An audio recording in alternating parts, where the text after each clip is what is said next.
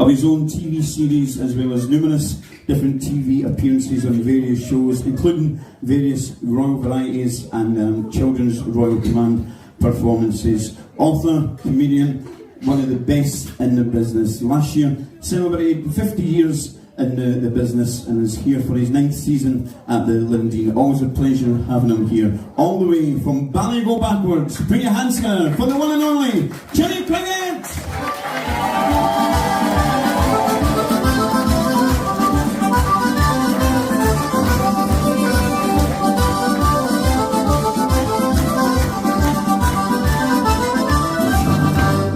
Thank you, ladies and gentlemen. You're very, very welcome.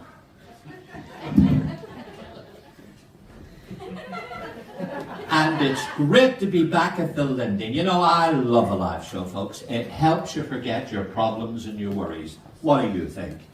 Yeah. Come here. I read my electricity bill this morning. I used to be frightened of the dark, now I'm scared of the light. But I've got a great way to cut down on electricity. Can I share this with you tonight? Close the door and come here twice. I only plug the electric clock in when I want to know the time. We've got to be one jump ahead, haven't we? And you try your best to help people, don't you, ladies and gentlemen? A lady came up to me today in Blackpool. She said, "Could you see me across the road?" I said, "Hang on, I'll run over and have a look."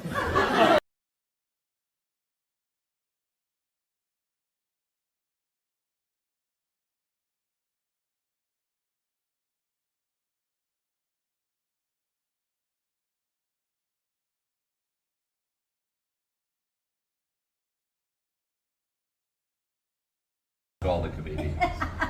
No, nice to meet you, Fiona. Thank you, and you as well. So I can remember seeing you from like when I was like really young. Knee-high to a grasshopper. Absolutely. And speaking of grasshoppers, you know the organist next door, is it Brian Allen? Yes, yes.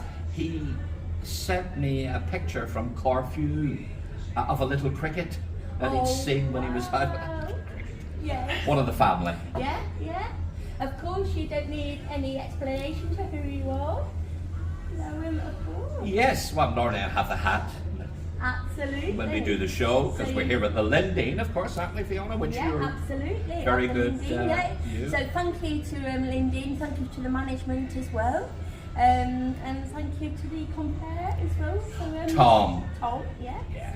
So but been wanting to meet you for so long. Right, yeah, well, it's... along with Cannon and Ball. Bobby and Tommy, yeah. So did you ever get to meet them? Well, I did a tour with them called The Best of British Variety. Right, okay. So we did up and down the country. It wasn't just Bobby and Tommy, we had Frank Carson, Right. may I tell them, He's Paul Daniels, Yeah. The Crankies, Right. Brotherhood of Man, Save All Your Kisses. Yes. Save all your kisses for me. Yes. That's the one. And then Bobby and Tommy. So there were 6 acts. And Right. it did, I have to tell you, Fiona, it did wonderful business up and down the country. It was just lovely to be on that show and such a lot of fun. Absolutely, I bet it was, definitely. And what was it like being with Bobby and Tommy? Yes, well, they're great. They're fabulous. And it's so sad that it just shocked everybody rigid Absolutely. when Bobby left us. Just so full of life. But Tommy's carrying the... Torch for them all, yeah. That's the word. He is indeed. He's Absolutely. doing a wonderful show. He goes around the country showing, vintage footage. Yes. And then because he's got a good voice. Right, okay. So he's keeping the name going. Excellent. And what with Bobby's sons as well, the Harper brothers? Oh, they're a very good act, aren't they? They are, definitely. Yeah, I like that. Are they Darren and Rob? I Darren think, and isn't it? Rob, yeah. Yeah. So did you ever tour with Ken Dodd or Jimmy Tarbuck? Or No. share the stage with them? Right, I have shared a stage, yes, with Ken.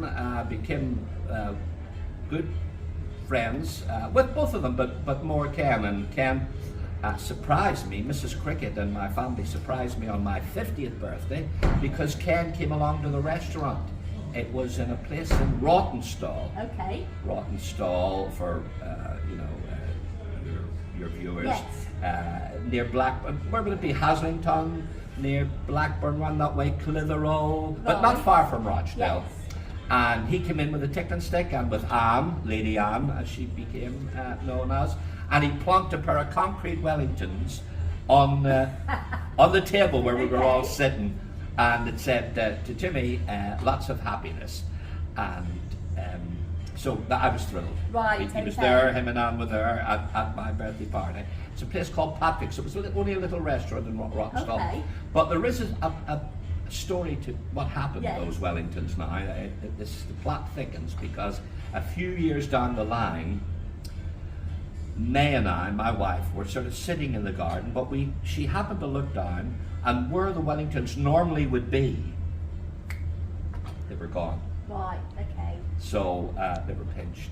So we weren't sure what to do. Well, that's showbiz, da-da-da-da-da. But May said, well, just slip down to the police station, you never know. Yes.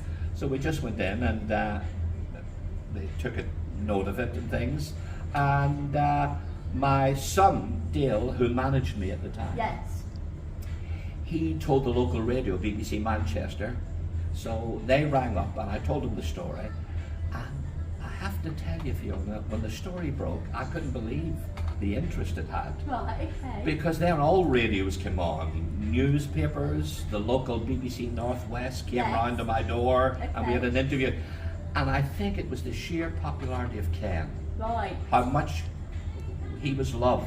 Yes. That the fact that he bought me these Wellingtons and they were missing, you know. But it was like an avalanche of publicity. In fact, a few weeks afterwards, Bernie Clifton, with the ostrich, he wrote an email and said, "Dear Jimmy, let me know when you've had enough publicity and I'll bring them back." Wow, magic moment. Yeah. So what actually made you get into entertainment in the first place? When I grew up in Belfast, you know, my father used to take me to the local theatres, and my older brother did, and I used to just love, twice nightly variety was the big thing then. In the late 40s. I was born 1945 when the war finished. So, I mean, this is an amazing week. We're doing this in June because the 6th of June's coming up. I think, is it the 4th or the 5th today? Yes. And it was 80 years ago since the actual D-Day landings. Right. So I was born just after that. So all the theatres had all these variety shows with orchestras and jugglers, and then you had the famous singers of the day, Frankie Lane, Slim Whitman, Max Bygrave. So it was a lovely time, and I just was enthralled. And at school, I just, you know, played. Instead of learning, really, I was telling jokes to the kids. But then that turned out to be the right thing for my profession. Right. Okay. So there's good and bad in that, isn't there? Yeah, sure. You may have missed out on the 11 plus and an A level, but you were gaining experience and confidence. That's right. Yeah. Do you know that was one thing I was talking to Lee's parents about before, about the 11 plus and everything. Yeah. So I'm going to ask you as well. Did you pass the 11 plus? No, and I think it's so sad now I look back for anybody that does, because they seem to be branded. Yes. You know, I didn't. When I look back, I think I felt a little bit inferior because I had a lot of friends who did get the 11 plus and who went on to go to university, and I felt they had the university scarves, Queen's University in Belfast, and I felt a little bit, you know, I wish I had it, because I probably would have enjoyed, you know, learning English, the language, like that. But having said all that, you don't want to. We had our health, and what I did prepared me for what I came later on. That was an added question, by the way. So I'm going back to probably the 80s now, and I remember still, when you came on holiday, you needed to, the first thing you did is you needed to book your entertainment, because if you didn't, you wasn't getting in. A seat, exactly. You weren't getting in. I remember seeing you, I remember seeing Cannon and Ball, and it was literally sold out. Yeah. Remember that time? Do you mean Blackpool in particular, or all those? All the seaside. Oh, well, Great Yarmouth, Bournemouth, Scarborough, it was just. an unbelievably a period, looking back at it. So was this book took straight away, reading? When COVID came, I had the time to write a book about an autobiography, and I catalogued that I was there when things changed. Absolutely. You were part of it, In fact, when you do a little line above each chapter, when I've got to that part in the book, I've put it the Bob Dylan book. Come all ye senators, congressmen all, don't stand in the hall, don't stand in the stairway, don't block up the hall, because the times they are a-changing. Absolutely. And they were rapidly, because people could go to Spain in cheap flights, and we couldn't guarantee the weather. It was quite crazy in a way.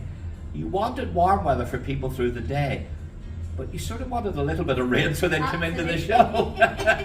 So, but you go with the flow. Yes, absolutely. We're here at this beautiful Lindeen Hotel. By the way, can I mention a little plug for my autobiography, which obviously after the shows tonight I will be on sale. Well, it's called Memoirs of an Irish Comedian. Okay. Come Here, There's More, the Jimmy Cricket story. And my wife, Mrs. Cricket, actually, unbelievably, we've self-published because of her. She got onto Amazon and she was able to learn in YouTube how to put the book together. Oh, wow. So she put I wrote the chapters, but she managed to put the photos. So anybody can write. It's amazing. You don't need a publisher. Yeah, absolutely. And then they'll sell it for you. But then at the same time, and on your live gigs is where you'll sell most anyway. Yeah. But if they can give you a few icing on the cake on Of course. Amazon. Thank you. Just two last questions. The first one is, from your time, if you could think of one main memory, what would it be? One best memory, what would it be? Well, I suppose I met the Queen Mum. I never met Queen Elizabeth, and she was a big hero. I thought she was amazing. But when I did the Royal Variety Show, I met the Queen Mum, and Lady Di, Princess Diana was there at the same time, so was Prince Charles. And then I suppose their shows, and then I did a few Royal Children's, because people forget in the 80s they actually had a children's Royal Variety as well as the main one in the autumn. And I was lucky because I'm a family act. Yeah. And Princess Margaret was always at those, so I met her a few times, and she loved showbiz, she loved life. The difference about Princess Margaret was she never sat up at the side, when you're entertaining and you bow after you've done your act. She always used to just sit in the middle of the circle. So she was watching with everybody, so it means nobody could, be looking up and saying, "Oh, is she enjoying it? Oh, is she enjoying it?" And there was one particular one. It was at the Dominion Theatre. Now they normally took place in the spring, March, April, or May. This one was early December, and went out Christmas Day. Now there was an acrobatic act. Johnny Hutch and the Halfwits. They jumped over a bar. They were all like a horse. They did somersaults, and they were all dressed. One Superman, Groucho Marx, they were all dressed. So it's a very good special. Now I was meant to do 3 minutes, and then the curtain would open when I'd done my 3 minutes, and Paul Nicholas and John Francis, who were in a famous situation comedy series at the time called Just Good Friends. Yes. They were playing Cinderella and Buttons. Now, I'd done my act, the 3 minutes, and as I got to the side of the stage manager said, "They're not ready with the kitchen scene." Right? Right? That was recorded, it was going on Christmas Day, so I just turned straight around, went back, picked a letter from my mammy, and read that out. And then when I got to the end of it, I kept looking my eyeball, and the guy went, "Right."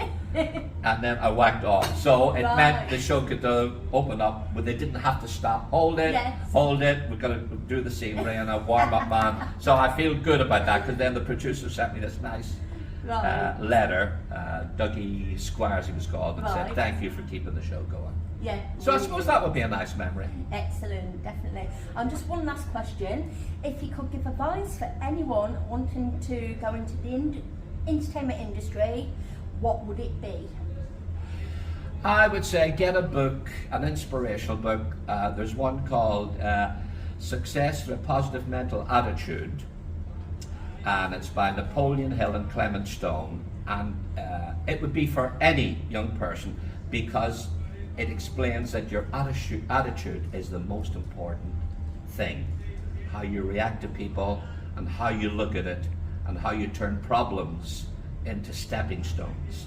That's the thing, because especially for a comedian, you need that experience in the early days. Yes. Because you can flop, but people don't mean to be, but you don't have the experience. Absolutely. You know, so Yeah. you're either talking too fast and they just don't get it. Yes. It's nothing personal. So by going back and then learning and writing, now that suits my character, I'll tell that slower, you will eventually get a degree of success. Absolutely. Okay then, so I think that's covered. Oh, one last question. What was your favourite holiday park, favourite venue, and also favourite venue? I suppose the Grand in Blackpool here, because it's such a beautiful theatre, it was devised, conceived, the decor by an Edwardian architect called Frank Matcham. Right. So it meant it's ornate, but he had this uncanny ability to make it an intimacy, you know, with the stalls, the circle, and the upper circle. It's like a wedding cake, Yes. the tiers. Yes. So you could see, the audience were right. Looks absolutely brilliant in the ground. Yes. Absolutely, and so Frank Matcham, to me, was the best. There's still a few theatres left, but the Grand is one of the best, and for that reason, it's an intimate atmosphere, and I would say that would Okay, always, the thank memories, you. the summers I did there, and the one-nighters would probably be Yeah. my most Did you ever favourite. play at Butlins? That's my one last question. Did you ever play at Butlins? Well, I was a redcoat at Butlins. I started off as a redcoat in Clacton. I did 2 summers. Right. And there was a nice theatre. Yeah, I loved the theatres there. The problem about what happened, this is time moving on, you see. Yeah. Billy Butlin, who conceived the whole idea Yeah. of the camp, the redcoats paying in advance and everybody getting free shows, Yes. but they just had to pay for their beer. He let his son take over Bobby, Yeah. right? But Bobby sold to breweries. Yes. Now, breweries want you to go into the bars. Yeah. So they closed all the theatres. Right. Okay. So it's not the same. And they're big bars. They became Right. very difficult to work Yes. for comedians. Maybe a band could, get out Yeah, there. absolutely. So I find that changes. They didn't become as appetizing Right. Okay. for comedians, Yeah, I'm with stand you. up. But they closed down. Times changed. Yes. So they closed down there when I think there's only the Bogner and but then they updated their theme park. Yeah. There are more theme parks now, aren't they? Yeah, For the yeah. children. So there's still for families that way, but as far as live shows, Yeah. Sure. It's not You the know same. that song when they go on about the Lee? Can you come in here? When they go on about the Ben's asked us it. When they go on about the greatest showman. yes. Do you always think they go on about Billy Butlin? This is what Ben says. Do you always think they go on about Billy Butlin? So this won't probably be on the WhatsApp. I'll cut this out. Do you always think they go on about Billy Butlin when they go on about Greatest Showman? Well, I think he was innovative. I mean, he came from Canada, Yeah. and he had a travelling fairground, and the story goes that he was sitting, I think the resort was Ramsgate, Right. he just happened to be sitting on a bench, and he saw a family, the landlady letting at the door that had their breakfast at Yeah. 10 o'clock, to walk the streets in the pouring rain. And he said, I'm going to devise a holiday camp with roofing, and so they, but I'm going to put entertainment on all day, and obviously if the weather's good they can go out Yeah, and play yeah. the football, but we will have somewhere to go if it rains. Yeah. And that's why every redcoat will tell you had contingency plans. Absolutely. If you were out playing football or Yeah. hockey in the day, but if it was a rainy day, there would be a special program where you'd all go into the ballroom Absolutely. and we'd all do the knees up Mother Brown and Yes. we'd all sing. So in so many ways he was an innovator. So I admire him amazing. I am a big fan of what he did. Absolutely, definitely. Yeah. It's just like I say, like every single time you hear that pop song, The Greatest Showman, and someone say, Mum, do you think he was the greatest showman? You know, Wouldn't be far off. I mean, obviously, to say one person is maybe there've been other people who were great showmen. Yes, lovely way to. Sorry, Elise, just walked past. No, that's fine. Yeah, we only let attractive girls walk past. But thank you. I realise I've taken up a lot of your time. No, I'm happy. I realise do appreciate Put the gear on. No, it's lovely, lovely. But well it's done. been absolutely lovely meeting. Yeah.